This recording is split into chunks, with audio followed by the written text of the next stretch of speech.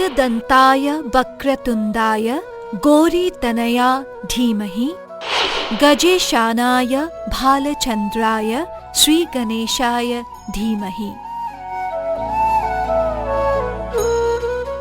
পৌৰাণিক হিন্দু ধৰ্মৰ জনপ্ৰিয় আৰু সৰ্বাধিক পূজিত দেৱতাসকলৰ অন্যতম হৈছে সিদ্ধিদাতা গণেশ দেৱতা। হিন্দু ধৰ্মত ভগৱান গণেশক বাধা আঁতৰোৱা আৰু সৌভাগ্য কঢ়িয়াই অনা দেৱতা বুলি গণ্য কৰা হয়। যিকোনো শুভ কাম সম্পাদনৰ আগতে ভগৱান গণেশক আৰাধনা কৰা হয়।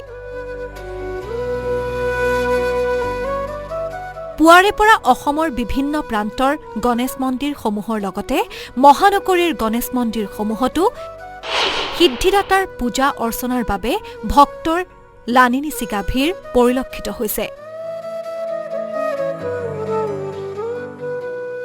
জীৱনৰ সকলো বাধা বিঘিনি দূৰ কৰি সৰ্বতো প্ৰকাৰৰ মংগলৰ বাবে ভগৱান গণেশৰ শৰণাপন্ন হৈছে ভক্তগণ। অভয়াপুৰীত 6 দিনীয়া কাৰ্যসূচীৰে আৰম্ভ হৈছে গণেশ পূজাৰ মহামেলা। আজি 22 জানুৱাৰীৰ পৰা বিস্তৃত কাৰ্যসূচীৰে শ্ৰী শ্ৰী গণেশ মহোৎসৱ আৰম্ভ হৈছে।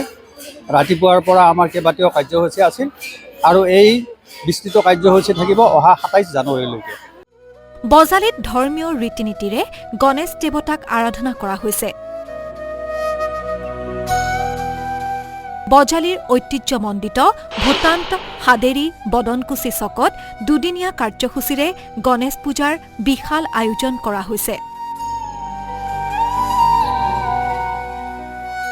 ৰাজ্যৰ ভিন্ন প্ৰান্তৰ দৰে মুছলপুৰৰ নৱদিহিৰা গণেশ মন্দিৰত দুদিনীয়াকৈ পালন কৰা হৈছে গণেশ পূজা।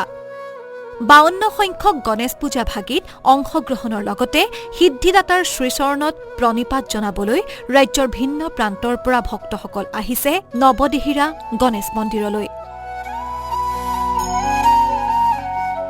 এইদৰে গুৱাহাটী মহানগৰীৰ লগতে ৰাজ্যৰ ভিন্ন প্ৰান্তত আজি সিদ্ধিদাতাক আৰাধনা কৰিছে ভক্তগণে।